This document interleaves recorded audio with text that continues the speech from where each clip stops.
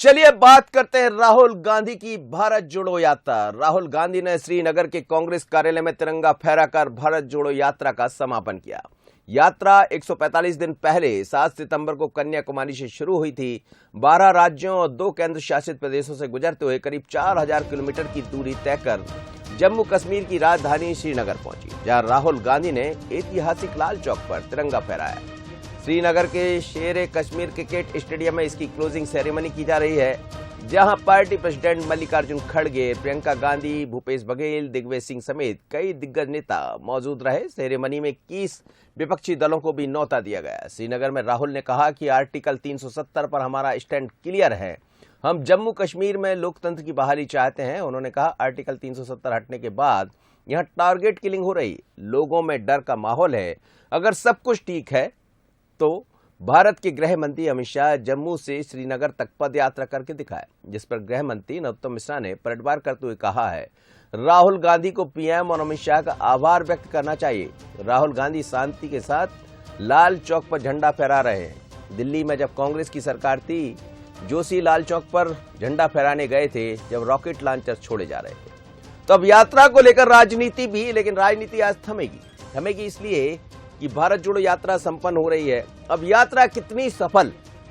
कांग्रेस का दावा है कि राहुल गांधी की भारत जोड़ो यात्रा से कांग्रेस को एक नई ऊर्जा मिली है, लेकिन साथ ही विपक्षी यानी सरकार के जो लोग हैं, चाहे मध्य प्रदेश सरकार की बात करें या भारत सरकार की बात करें, लगातार राहुल गांधी की भारत जोड़ो यात्रा निशाने पर भी रही है। वाद परिवाद भी हुए हैं, वाद विवाद भी हुए, एक दूसरे पर आरोप प्रत्यारोप भी लगे हैं। लेकिन जरा समझते हैं राहुल गांधी की भारत जोड़ो यात्रा को। हम कुछ ग्राफिक्स के जरिए आपको दिखाते हैं कि यात्रा को किन पार्टियों का समर्थन मिला। जो आप देख रहे हैं, डीएमके के नेता स्टालिन, महाराष्ट्र की शिवसेना, एनसीपी ने भी समर्थन दिया है। ये आप कुछ तस्वीरें हैं, वो भी हम आपको दिखाएंगे। और पीडीपी नेता महबूब मुफ्ती, फारूक अब्दुल्ला और उमर अब्दुल्ला भी इसमें शामिल हुए। ये बड़े चेहरे यात्रा में शामिल हुए हैं, जिनका जिक्र भी हम आपको कर देते हैं कि आखिर इस यात्रा में क्या क्या दिखाई दिया। बॉलीवुड अभिनेत्री और नेता उर्मिला मातोंडकर, अभिनेत्री स्वरा भास्कर, फिल्म मेकर पूजा भट्ट, बॉलीवुड की अदाकारा Riya Sen, actor Amol Palekar, television icon Kamya Punjabi, Tamil Telugu फिल्मों की अभिनेत्री पूनम कौर, अभिनेत्री रश्मि देसाई, आकांक्षा पुरी, एक्ट्रेस राम्या, अभिनेत्री ऋतु शिवपुरी, दिग्गज समाज सेवी अरुणा राय, योगेंद्र यादव, गायक और लेखक TM Krishna, stand up comedian Kunal Kamra. किन राज्यों से गुजरी यात्रा ये भी आपको बता दिया है। लेकिन आप देखिएगा, यात्रा जहां से भी गुजरी एक अलग तरह का माहौल देखने को मिला, ऐसा दावा है। और पूरी कोशिश की गई राहुल गांधी की तरफ से कम वो अपनी छवि निखार पाएं, क्योंकि लगातार उन पर भी आरोप लगते रहे, उनकी छवि को लेकर भारतीय जनता पार्टी के निशाने पर रहे।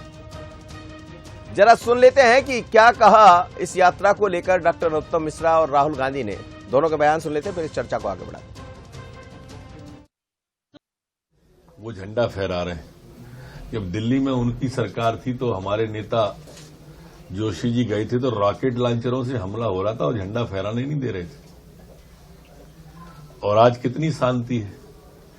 और ये जिस यात्रा पे निकले थे भारत जोड़ो पे, कहां टूटा दिखा? थोड़ा बहुत तो मार्गदर्शन कर दें देश का कि कौन सी जगह पर भारत टूटा दिखा, और नहीं दिखा तो निकाली क्यों थी, ये नाम क्यों दिया था।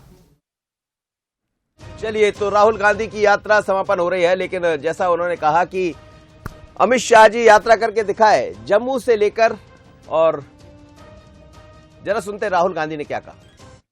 My position on 370, and that's the position on the working committee is taken. It's very clear. We will hand you the document. You can read it. That's what our position is. My position on 370, and that's the position on the. चलिए, वो कह रहे हैं कि राहुल गांधी ऐसा कह रहे हैं कि भारत जोड़ो यात्रा पर, धारा 370 पर हमारा स्टैंड बड़ा क्लियर है। मेरे साथ 3 मेहमान जुड़ रहे हैं। पंकज चतुर्वेदी जी है, स्टूडियो में मौजूद है, भारतीय जनता पार्टी के प्रवक्ता। पंकज जी, आपका बहुत धन्यवाद मनोज जी। और कांग्रेस के प्रवक्ता महोदय भी हमारे साथ जुड़ रहे हैं, अभय नारायण राय जी, रायपुर से, आपका बहुत स्वागत है। और साथ ही वरिष्ठ पत्रकार संदीप पौराणिक जी। आप तीनों मेहमानों का बहुत स्वागत है। सबसे पहले संदीप जी, आपसे ही समझना चाहूंगा, आखिर राहुल गांधी की भारत जोड़ो यात्रा करीब 4000 किलोमीटर चलकर संपन्न हो गई। बहुत कुछ देखने को मिला इस यात्रा के जरिए, आरोप प्रत्यारोप भी लगे। लेकिन आज जब उन्होंने झंडा फहराया तो फिर उन्होंने एक नई बात भी कह दी कि अमित शाह जी यात्रा करके दिखा दें जम्मू तक श्रीनगर से, तो समझा जाएगा कि 370 का क्या असर है। तो क्या ये माना जाए कि अब यात्रा संपन्न हो गई लेकिन 370 बनी रहेगी? कैसी देखते राहुल गांधी की पूरी भारत जोड़ो यात्रा? देखिए मनोज जी, राहुल गांधी ने भारत जोड़ो यात्रा की और कश्मीर पहुंच के तिरंगा फहराया। ये सुखद संदेश तो है कि कश्मीर के हालात बेहतर हैं, क्योंकि आप जाके तिरंगा फैला लेते हैं, अशांति किसी तरह की सामने नहीं आती, आतंकी गतिविधि सामने नहीं आती, ये है। लेकिन देश की तरह से राजनीति भी शुरू होगी, ये मान के चलिए, क्योंकि राहुल गांधी को इस भारत जोड़ो यात्रा के जरिए एक नया स्वरूप मिला है। राजनीतिक तौर पर उनको इंपॉर्टेंस मिलने लगा है, उनकी बात सुनी जाने लगी है।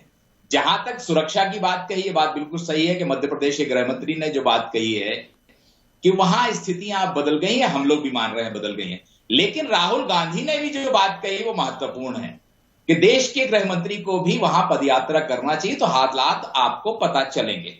ये विपक्षी दल है तो वो सवाल करेगा, लेकिन कुल मिलाकर के भारत जोड़ो यात्रा को आप खारिज नहीं कर सकते मनोज जी। राजनीतिक तौर पर यह यात्रा बड़ी महत्वपूर्ण है।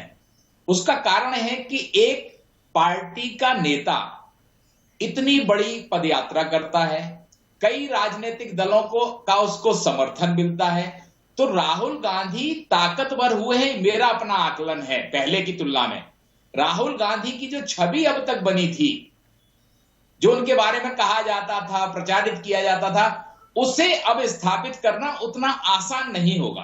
क्योंकि उनकी यात्रा के दौरान ना तो वैसे विवादित उन्होंने बयान दिए और ना ही ऐसा कोई काम किया जिसके जरिए विपक्षी दल या सत्तारूढ़ दल जो बीजेपी है उसको कोई बड़ा अवसर मिल पाता जी।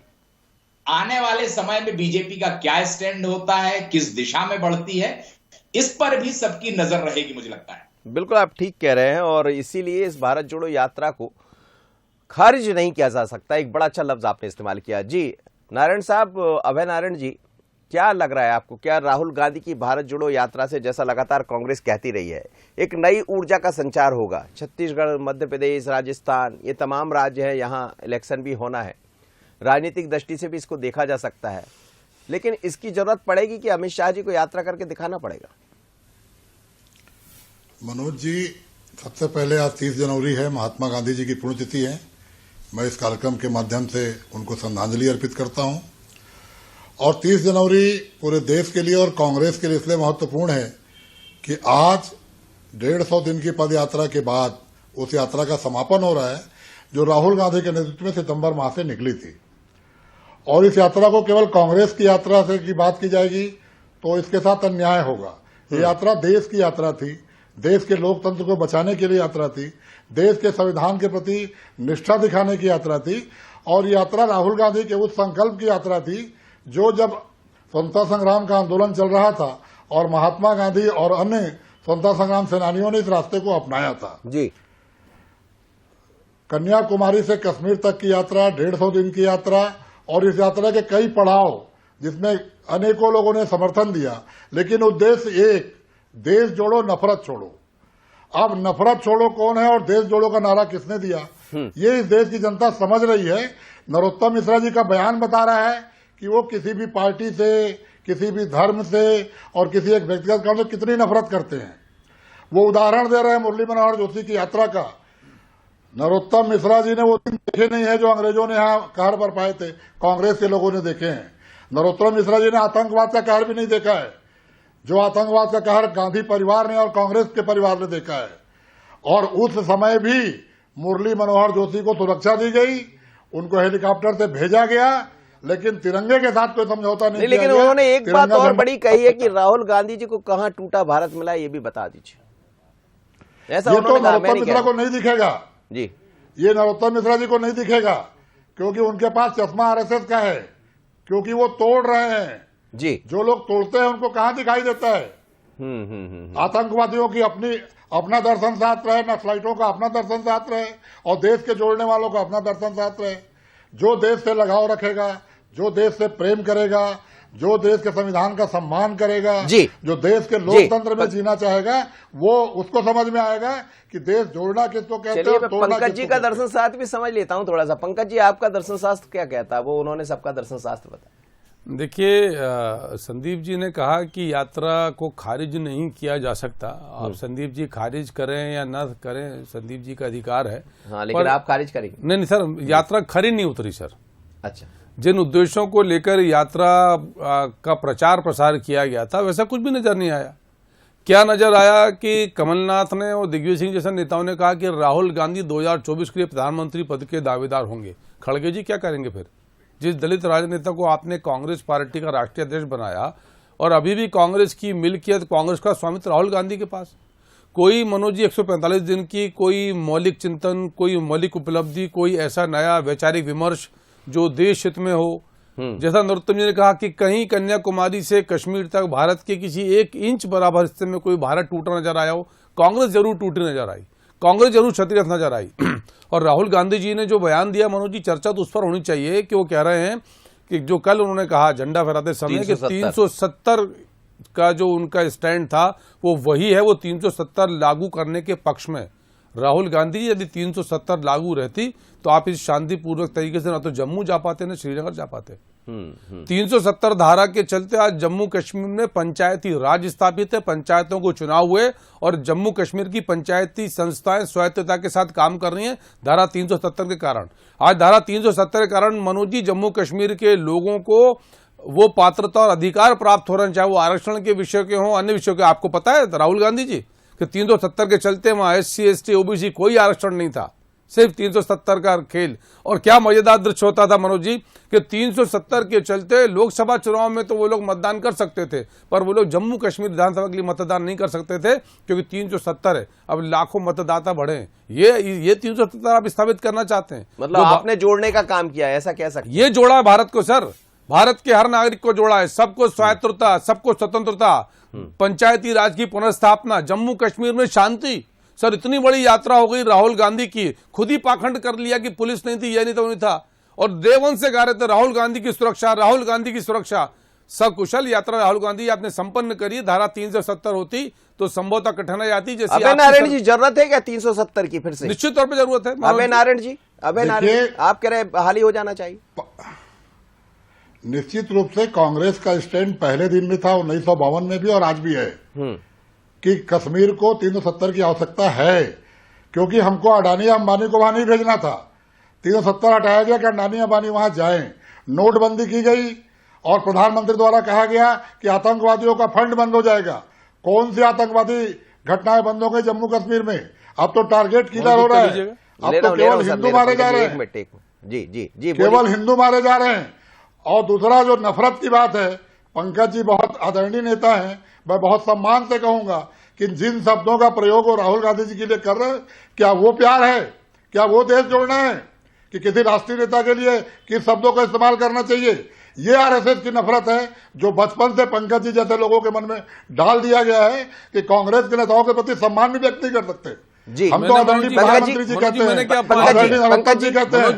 जी, मैंने क्या अपमान किया? मैंने तो ये सवाल पूछा कि राहुल गांधी को किसने अधिकार दिया कि आपने कहा बहाली की बात करें? मैंने पूछा कि राहुल गांधी को किसने अधिकार दिया कि 35 की बहाली की बात करें? मैंने पूछा कि किसने राहुल गांधी को अधिकार दिया कि जम्मू कश्मीर के पंचायती राज को नष्ट करें? मैंने पूछा राहुल गांधी से कि किसने राहुल गांधी को अधिकार दिया कि राहुल गांधी जम्मू कश्मीर में आतंक और हिंसा की बात करें? आप बता दें कौन सी आतंक की घटना है, कौन सी हिंसा की घटना है जम्मू कश्मीर में? आप स्वतंत्र लेकर और अभय नारायण जी एक सवाल बनता है कि कहां ऐसी कोई घटना हो, चूंकि 4000 किलोमीटर की उन्होंने भी यात्रा की, कहीं कुछ नहीं मनोज जी, लेकिन कहीं कुछ दिखा क्या? वो ये जानना चाह रहे हैं। देखिए, यात्रा में तो बिल्कुल निश्चित रूप से मैं कहूं कोई घटना नहीं हुई, और यात्रा थी कांग्रेस की साहस की, वो यात्रा थी राहुल गांधी के साहस की। और जब आदमी साहस रख के और विचार रख के खड़ा होता है तो बड़े बड़े लोग भाग जाते हैं। ये अंग्रेजों की लड़ाई में कांग्रेस ने दिखाया है। उस समय तो अंग्रेज हमारे खिलाफ थे, सुरक्षा हमको नहीं मिलती थी, फिर भी हम यात्रा करते थे, फिर भी हम करो और मरो का नारा देते थे। तो यात्रा कांग्रेस के साहस की, कांग्रेस के विचार की यात्रा थी। निश्चित रूप से अगर सरकार ने सुरक्षा दी तो सरकार को धन्यवाद। संदीप जी, जब बात सरकार का कर्तव्य था वो। अंग्रेजों की बात होती तो वो उस समय भारत की स्वतंत्रता की बात थी, लेकिन अब तो भारत स्वतंत्र है। भारत को जोड़ने की बात कही जा रही थी पूरी यात्रा के जरिए, और भारतीय जनता पार्टी अपने तरह से बता रही कि हमने कैसे भारत को जोड़ा। उन्होंने कहा 370, लेकिन क्या 370 का मुद्दा पुनः उठाकर राहुल गांधी ने एक नया मौका बीजेपी को दे दिया, क्योंकि अब ये चलता रहेगा? देखिए मनोज जी, राहुल गांधी की यात्रा के दौरान जो 2-3 बड़ी चूकें सामने आई हैं, उससे कहीं ना कहीं को जो राजनीतिक तौर पर लाभ मिलता, मुझे लगता है कि उस पर थोड़ी सी बाधा आएगी। एक दिग्विजय सिंह का बयान जो सर्जिकल स्ट्राइक को लेके है, जिन बयानों की जरूरत नहीं है वो राजनेता बयान देते क्यों हैं? मैं कह रहा हूं कश्मीर पहुंच के आपका जो स्टैंड है वो ठीक है, लेकिन यात्रा पीछे हो जाती है, आपके बयान आगे हो जाते हैं। मनोज जी, दिग्विजय सिंह के बयान का क्या हश्र हुआ, क्या हाल हुआ, ये हम और आपने देखा है कि पूरी तरह वो घिर गए। पार्टी को अपने को अलग करना पड़ा, राहुल गांधी को खुद अपने आप को अलग करना पड़ा, उनसे अलग करना पड़ा। जी। और राहुल गांधी के बयान से कांग्रेस अपने को अलग नहीं कर सकती, क्योंकि वो राहुल गांधी है जी। तो मेरा अपना व्यक्तिगत नजरिया है, मैं मानता हूं कि राजनीतिक दल और राजनेता जो हालात को समझ के बयान देते हैं, उन्हें नुकसान कम होने की संभावना रहती है। और जब आप बहुत बयान भावुक होके व्यक्तिगत तौर पर बयान दे देते हैं तो नुकसान की संभावना बढ़ जाती है। वर्तमान में आपकी यात्रा की वजह 370 की चर्चा शुरू हो गई। आपको उससे बचना चाहिए। मुझे लगता है कि राहुल गांधी की यात्रा को, पंकज जी ने कहा ठीक है, लेकिन मैं तो ये मानता हूं कि राजनीतिक तौर पर उसको खारिज नहीं कर सकते आप, किसी भी कीमत पर खारिज। चलिए सर, लेकिन भारत जोड़ो यात्रा की ताजा तस्वीरें भी आप देखिए कि इस समय बर्फ गिर रही है और राहुल गांधी खड़े हुए, सीधा लाइव आपको मिल रहा है इस वक्त। तो भारत जोड़ो यात्रा पर हम बात कर रहे हैं, मेरे साथ मेहमान जुड़े हुए हैं, कमेंट्स लेंगे। राहुल गांधी बोलने वाले वो भी आपको सुनाएंगे कि आखिर राहुल गांधी वहां से क्या बोलते हैं। देखिए आप, लेकिन बड़ी तेज बारिश, बर्फबारी हो रही है वहां पर और राहुल गांधी खड़े हुए। यही राहुल गांधी का एक बदलता हुआ रूप इसको कहा जाए। पंकज जी तत्काल इस पर प्रतिक्रिया आपकी। देखिए मनोज जी, मैंने आपसे कहा कि ये यात्रा पर्यटन ज्यादा थी, किसी पॉलिटिकल एजेंडे के तहत यात्रा थी। वो एजेंडा था राहुल गांधी की कांग्रेस में लीडरशिप जो खत्म हो गई उसको स्टैब्लिश करना, स्थापित करना, और जिसकी मांग समय समय पर कमलनाथ, दिग्विजय सिंह जैसे राजनेताओं ने उठाई कि राहुल गांधी 2024 के प्रधानमंत्री पद के दावेदार। हम तो यही डे वन से कह रहे थे कि ये पद यात्रा नहीं, राहुल गांधी की पद प्राप्ति की यात्रा है। कांग्रेसों में और कांग्रेसियों ने जैसे राहुल गांधी को हाशिए पर धकेल दिया है, कांग्रेसियों ने उनको खारिज कर दिया है, तो राहुल गांधी को फिर से मेन स्ट्रीम पॉलिटिक्स में लाने की कवायद थी। तो कवायद में सब पाखंड तो चलेगा, पर जो मैंने पूछा कि मैं खारिज करूं या स्वीकार करूं, विषय नहीं है, पर कितनी खरी उतरी कोई पंकज जी थोड़ा सा टाइम दीजिए, जरा सुन लेते हैं कि राहुल गांधी क्या बोल रहे हैं। सीधे चलते हैं भारत जोड़ो यात्रा को लेकर। राहुल गांधी क्या? गर्मी में आपको गर्मी नहीं लगी, सर्दी में आपको सर्दी नहीं लग रही है, क्योंकि देश की शक्ति आपके साथ है।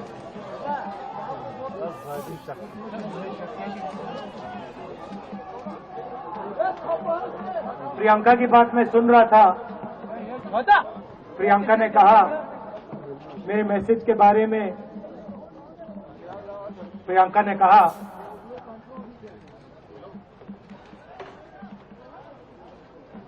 नॉर्मली होता नहीं है, मगर मेरे आंख में आंसू आए।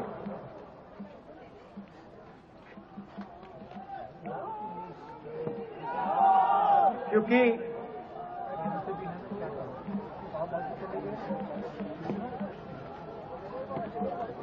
वो छाता नीचे नीचे वो छाता नीचे हो जा। कन्याकुमारी से चला छाता कौन है बेवकूफ? और पूरे देश में पैदल चले। मैं सच बताऊं, आपको अजीब लगेगा, मगर मैं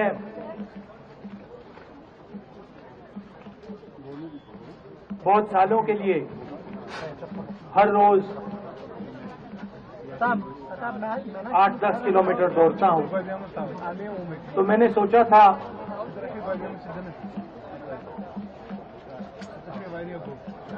देश कन्याकुमारी से कश्मीर चलने में इतनी मुश्किल नहीं होगी। मेरे दिल में था कि आसान होगा, फिजिकली मेरे लिए ब्लू छाता मुश्किल काम, ब्लू छाता मैंने सोचा था मुश्किल काम नहीं होगा। शायद मैं काफी कोशिश करता हूँ, थोड़ा सा अहंकार आ गया, जैसे आ जाता है।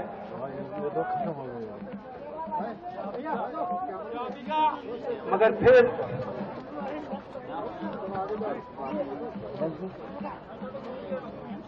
बात बदल गई। जब मैं छोटा था, अरे छाता वाला व्हाइट वाला फिर फुटबॉल खेलता था,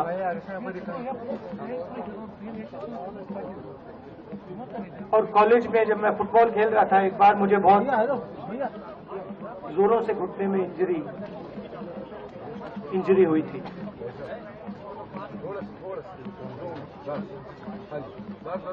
मैं उसको भूल गया था।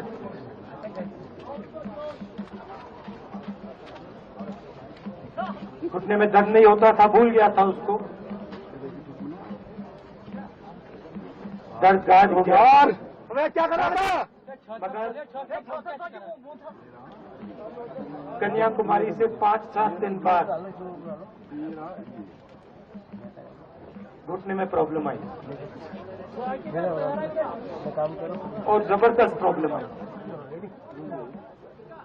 राहुल गांधी अपनी बातों को लोगों के सामने रख रहे हैं कि जब उनकी ये यात्रा हुई है 4000 किलोमीटर की, तो यात्रा का वृत्तांत वो बता रहे हैं। वो किसी एक चोट का जिक्र कर रहे हैं, जब कॉलेज टाइम में फुटबॉल खेलते समय उनको लगा और उस बीच दर्द नहीं हुआ, लेकिन इस यात्रा के जरिए जब 8-10 दिन वो चल लिए तो फिर एहसास हुआ कि हाँ, ये फुटबॉल की चोट थी। और कहते हैं कि कई बार पुरानी चोटें उभर आती है। मेरे साथ 3 मेहमान जुड़े हैं, पर उन्होंने कई ऐसी बातें कह रहे हैं जिसकी तरफ दूर तक कुछ दिखाई देता है। पंकज जी, आप सुन रहे हैं राहुल गांधी को, इतनी तेज बारिश, बर्फबारी, उसके बाद वो दिखा रहे हैं कि राहुल गांधी ये पुराना राहुल गांधी नहीं है, ये राहुल गांधी नया है। देखिए, वो राहुल गांधी जो कहता था कि आपको ठंड नहीं लगती, उन्होंने वहीं से शुरुआत की है। जी, आपको ठंड नहीं लगती, आपको ठंड से डरना नहीं चाहिए। तो भैया यदि टी शर्ट पहन के खड़े होते तो समझ में आता कि आपको ठंड नहीं लगती। ये जो पाखंड है ना मनोज जी, और ये हास्यास्पद पाखंड है कि आप सर्दी को सर्दी के रूप में स्वीकार न करें, गर्मी को गर्मी के रूप में स्वीकार न करें। ऋतुओं को चुनौती देता है कोई व्यक्ति क्या, जैसा राहुल गांधी, और क्या स्थापित करने का प्रयास कर रहे हैं? क्या सुपरमैन है, ही मैन बनना चाहते हैं, क्या करना चाहते हैं? तो और आप नहीं मान रहे कि ही मैन हो गए हैं? नहीं, ये कौन से मैन हुए हैं, ये तो देश और जनता बराबर जानती है, और समय समय पर 2014 से बराबर दिखा रही है। और वो दिखाएंगे 24 में कि ही मैन हो गए वो? नहीं, बिल्कुल दिखाएंगे सर। वो ही मैन हो गए कि हिम मानव होगा, वो पिघल गए, क्या वो सब सामने दिखेगा। लेकिन वस्तु स्थिति मनोज जी यह है कि जिन उद्देश्यों को लेकर यात्रा थी, उन उद्देश्यों, मतलब कोई भारत टूटने जैसा विषय कहीं नहीं था। पूरी यात्रा शांतिपूर्ण ढंग से संपन्न हुई। राहुल गांधी जी की सुरक्षा व्यवस्था चाक चौबंद थी, चाहे कन्याकुमारी हो या कश्मीर हो, श्रीनगर हो, लाल चौक, कहीं कोई दिक्कत नहीं आई। और राहुल गांधी जी, आपको धन्यवाद देना चाहिए कि आज धारा 370 नहीं है, तो आज जम्मू कश्मीर में शांति है, खुशहाली है, लोकतंत्र है, चुनाव है, पर्यटन है, पर्यटक है और संपन्नता है। सब कुछ चलिए, मैं एक छोटी छोटी प्रतिक्रिया ले लेता हूं, समय नहीं मेरा। अभी नारायण जी, हम देख रहे हैं राहुल गांधी ये दिखा रहे हैं कि राहुल गांधी अब बदल गए, तो राहुल गांधी का बदला हुआ स्वरूप तो अब दिखाई देगा 24 तक। मनोज जी, मैंने पहले ही कहा कि यात्रा कांग्रेस के साहस की है, कांग्रेस के विचार की है, राहुल जी के साहस की है, राहुल जी के विचार की है। और जो पंकज जी लगातार प्रतिक्रिया व्यक्त कर रहे हैं कांग्रेस के नेता को लेकर और कांग्रेस को लेकर, वो उनकी विचारधारा है जिस पर वो वर्षों से, आजादी के पहले भी, आजादी के बाद भी कायम रहे। तो वो अपनी विचारधारा पे वो लोग काम कर रहे हैं। और कांग्रेस का कोई नेता या कांग्रेस जब भी देश जोड़ने निकलेगा, तो जो देश तोड़ने वाली शक्तियां हैं, वैसी, जैसे पंकज जी विचलित होकर बात कर रहे हैं, वैसी विचलित होकर बात करेगी। कांग्रेस अपना काम करेगी, कांग्रेस अपनी विचारधारा पे चलेगी और कांग्रेस का स्टैंड कायम है। और ये यात्रा मील का पत्थर साबित होगी भारत के इतिहास में। संदीप जी, 2024 से पहले ये यात्रा क्या मील का पत्थर साबित होगी कांग्रेस के लिए? देखिए मनोज जी, सियासी गर्माहट तो ला ही दी है यात्रा ने, और आने वाले दिनों में जैसे राहुल गांधी और उनके करीबियों का कहना है कि ये यात्रा खत्म नहीं हुई है, अब तो नए सिरे से राजनीतिक यात्रा शुरू करेगी, मुझे लगता जी। है कांग्रेस। जी चलिए सर, बहुत बहुत धन्यवाद आप तीनों में का आप मेरे साथ जुड़े। यात्रा पूरी चुनौती बाकी, लेकिन बहुत सारी चुनौतियां अभी भी बाकी रहेगी, क्योंकि राहुल गांधी ने जिस तरह दिखाया है, यात्रा की है, लंबी यात्रा 4000 किलोमीटर की, अपनी यात्रा का वो वृत्तांत भी सुना रहे थे। पर इतना जरूर है कि यात्रा को लेकर जो बयान उन्होंने कहा है कि 370 के बात पर हम कायम हैं, बहाली होना चाहिए। अब सवाल यही है कि होगा क्या, लेकिन इतना जरूर है कि ये भारत जोड़ो यात्रा के बाद राहुल गांधी अपनी छवि निखारने में कुछ हद तक कामयाब रहे। उसका असर 24 में कितना मिलेगा, भले ये ना कहा जाए कि राजनीतिक यात्रा नहीं है, पर राजनीतिक यात्रा के रूप में दिखाई तो देगा। लेकिन ये वो तस्वीरें हैं जो जब राहुल गांधी वहां पहुंचे हैं तो बर्फबारी के दौरान वो बहन प्रियंका को बर्फ लगा रहे हैं और प्रियंका उनको बर्फ। तो चलिए मैं यही लेता हूं विराम। यात्रा पूरी, चुनौती बाकी, लेकिन यात्राओं पर चर्चा रुकने वाली नहीं है, क्योंकि राहुल गांधी ने यात्रा करके जरूर ये मैसेज दिया है कि अब राहुल गांधी बदले बदले से हैं। बीजेपी कितना मानती, नजर इस पर रहेगी। मुझे दीजिए इजाजत, बने रहिए खबरों के लिए बंसल न्यूज पर। नमस्कार।